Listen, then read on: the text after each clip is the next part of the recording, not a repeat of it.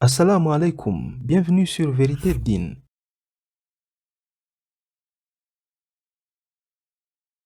Voici l'histoire d'un homme qui est entré dans une mosquée avec l'intention de la faire exploser. Mais au lieu de cela, il a fini par devenir musulman. Il s'appelle Richard McKinney, ancien militaire de la marine américaine, originaire de la ville de Muncie dans l'Indiana. Il a servi dans le corps des marines pendant 25 ans et a effectué plusieurs missions de combat en Irak, en Somalie et en Afghanistan. C'est pendant ces missions qu'il a développé une profonde haine envers les musulmans. McKinney dit qu'il a été formé pour voir les musulmans comme des cibles en papier sur un champ de tir et non comme des humains. Sa colère n'a fait que s'approfondir lorsqu'il est rentré aux États-Unis en 2009 et qu'il a trouvé que dans sa ville natale de Muncie s'était développée une grande communauté musulmane, ce qui représentait pour lui une menace réelle. Donc, c'était inadmissible qu'il partage la cité avec ses grands ennemis. Il a alors décidé de passer à l'action.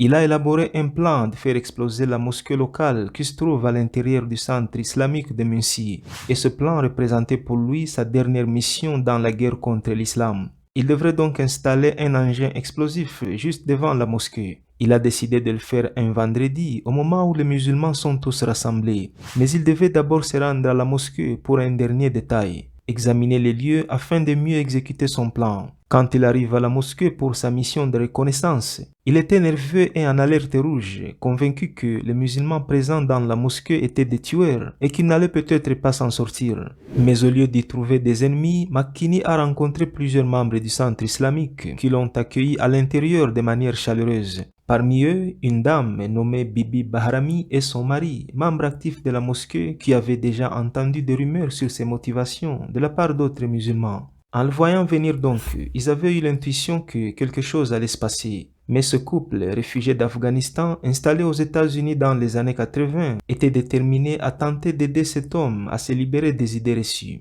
Vu l'accueil qu'il a reçu, McKinney commence à se sentir à l'aise parmi ces musulmans.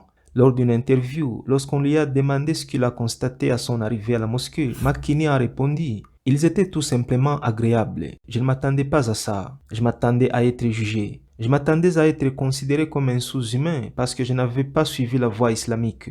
Mais j'ai été traité comme l'un d'entre eux. Cela m'a touché. » Au cours de leur conversation, ces musulmans lui ont donné quelques versets coraniques qui pourraient l'aider à mieux comprendre l'islam. Pendant 8 semaines, McKinney a lu des versets coraniques et retournait de temps en temps à la mosquée avec des questions sur les versets qu'il avait lus. À chaque fois, il a été accueilli avec enthousiasme et on répondait à ses questions avec beaucoup de respect et d'amour. Il a dit qu'en lisant le Coran et en faisant des recherches sur l'islam, il s'est rendu compte que rien de ce que faisaient les terroristes n'était basé sur les enseignements islamiques.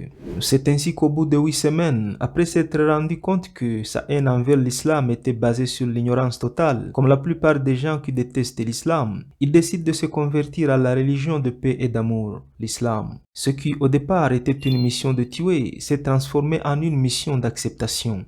14 ans après avoir abandonné son projet diabolique, McKinney est aujourd'hui un musulman très actif et travaille comme militant contre la haine. Il a également été président du centre islamique de Muncie pendant 2 ans. C'est le centre qui abrite la mosquée qu'il avait prévu de faire exploser. Pour conclure, comme l'a bien dit Joshua Seftel, un commentateur sur CBS News, l'histoire de Richard McKinney n'est rien d'autre qu'une histoire de la division et de la haine qui circule à travers le monde. Et ce qui lui est arrivé montre que le changement est possible. Assalamu alaikum.